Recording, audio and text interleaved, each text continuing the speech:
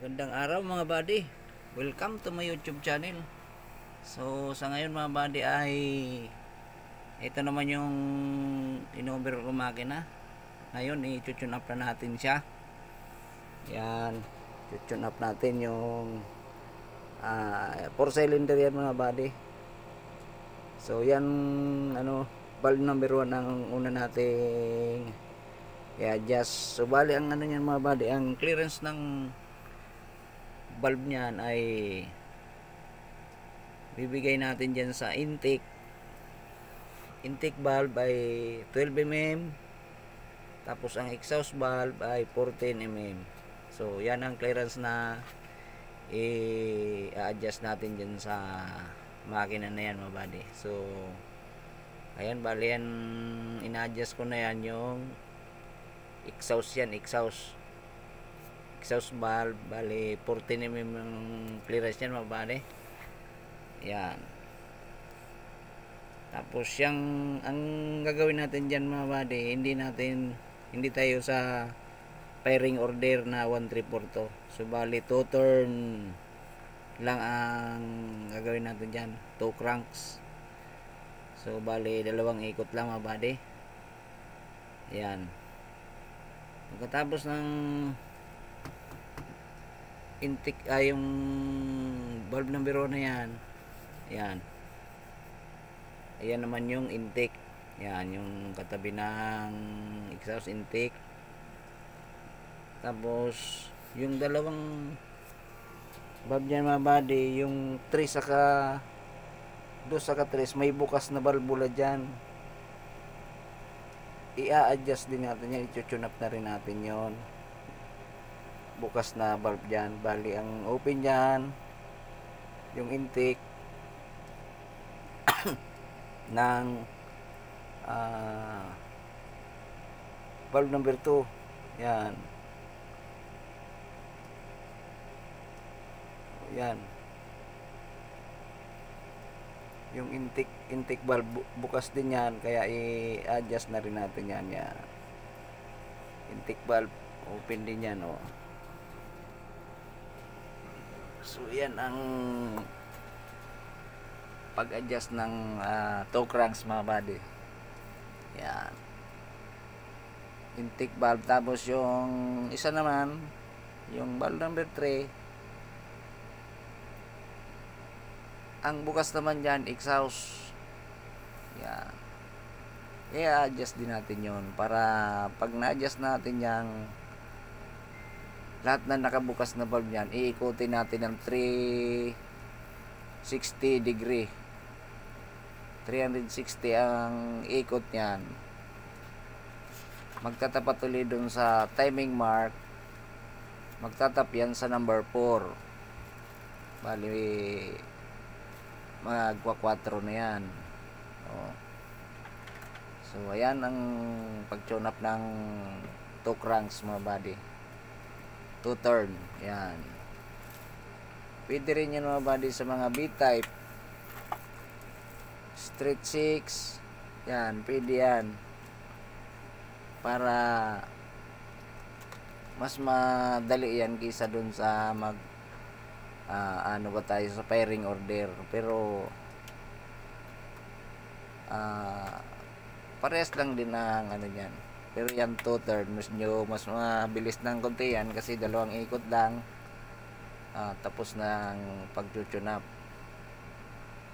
Bali, tapos ayan yung exhaust naman dyan open. So bali yan, i-adjust natin yung exhaust ng valve number 3. Yan, in-adjust ko na yan yung valvula na exhaust valve yan. So yan, adjust na natin yung exhaust valve. Yan. Tapos pagkatapos nyan, ayan, iikutin natin ng may timing mark dyan mga buddy. Ngayon iikutin natin pa, ikatapat lang uli natin doon sa timing mark nya uli. Yan, inikot. Yan. Ikot. Papakita ko sa inyo mamaya kung timing mark. Ayan, tumapat na yan doon sa ano. Ngayon, naka-tap tayo sa number 4 na valve. Ayan, dulo. Ayan. So, yan. Bali, yan naman ang i-tune up natin, yung 4. Tapos, yung intake ng 3, exhaust ng 2. Yun naman ang ano yan, ka-partner. Exhaust ng 2. Tapos, yung intake naman ng valve number 3. Yan. Naka-open din yung mga valve nun. Ayun din ang kasama niyan sa pag-adjust. So, bali, yan, pag na-adjust natin yan, tapos na yan. Kumbaga, yan na. Tapos na ang tune up natin ng makina na yan. So, ayan, valve number 4 yung ina-adjust ko na yan. Bali. Ayan.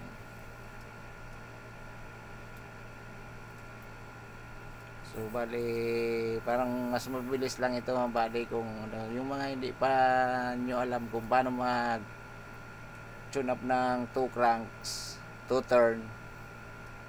Yan.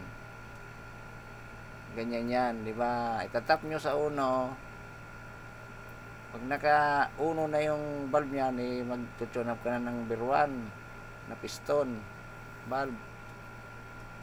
Tapos, lahat na naka-open na valvula doon sa 2-3 na piston, i-adjust nyo na rin yun. Pero yung 4, hindi kayo mag-a-adjust doon kasi saradong pareho yung valve noon. So, ngayon, pag na-adjust nyo na lahat na open na valve, iikutin nyo ng 360 degree yung makina.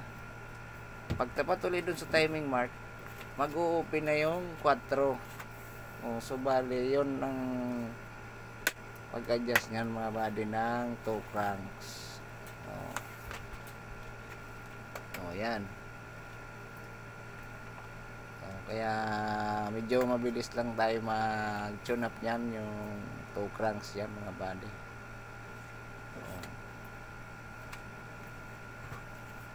Ayan na. Yung exhaust ay yung intake ng ano yan, ng valve number 3 ay tama, number 3. Yan naman ay in-adjust natin. Tapos kasunod niyan yung exhaust naman ng valve number 2 ang i-adjust natin. So ayan, malapit na tayong matapos dyan, body. Ayan, ganyan ang pag-tune up ng 2 cranks.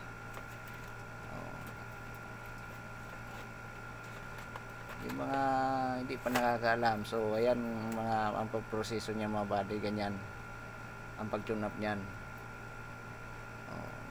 Medyo mabilis lang siya. Ayan.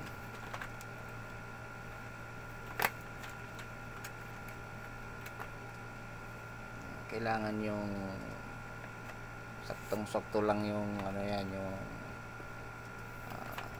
clearance yan mga body. Kasi pagka yung masikip yan, ayan, hindi maganda ang buga ng ano, ng exhaust.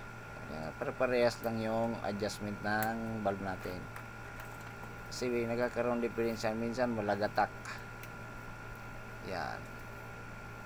Hindi pino ang andar. Tapos siya, papandarin ko rin yan mga maya-maya body. Papakita natin yung